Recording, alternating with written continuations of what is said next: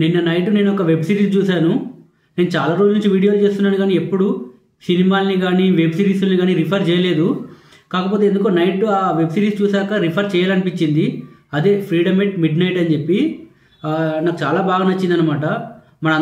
ఈ స్టోరీ వచ్చేసి మన ఫ్రీడమ్ ఉంది కదా, ఇండిపెండెన్స్, దాని రిలేటెడ్ అనమాట. మన అందరికి కూడా కొంతవరకు కొన్ని స్టోరీలు తెలుసు, like so and so person మన ఫ్రీడమ్ కోసం ఫైట్ చేశారు, సో అండ్ సో థింగ్స్ జరిగాయని.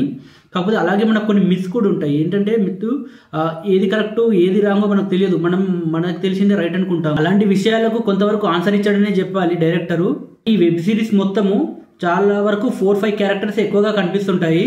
Definitely we should appreciate director అని చెప్పాలి. చాలా కాంట్రవర్షియల్ టాపిక్ అయినా కానీ చాలా వరకు కాంట్రవర్సీ లేకుండా చాలా నీట్గా చెప్పడానికి ప్రయత్నం చేశాడు. సిరీస్ చూడకముందు అక్కడక్కడ దీనికి రిలేటెడ్ కొన్ని వీడియోస్ చూసి డైరెక్టర్ ఇన్ఫ్లుయెన్స్ అయ్యాడేమో పొలిటికల్ పార్టీస్ వల్ల అనుకున్నాను. కాకపోతే వెబ్ సిరీస్ చూసాక అనిపించింది లేదు ఏం అవ్వలేదని. టోటల్ 7 ఎపిసోడ్స్ ఉన్నాయి. నాకు అన్ని ఎపిసోడ్స్ కూడా నచ్చాయి. వెబ్ సిరీస్లో నాకు బాగా నచ్చిన విషయము writing and screenplay. Dialogues అయితే చాలా సూపర్గా ఉంటాయి. అన్ని లాంగ్వేజ్లో కూడా అవైలబుల్ ఉంది, తెలుగు, హిందీ, మలయాళం, బెంగాలీ.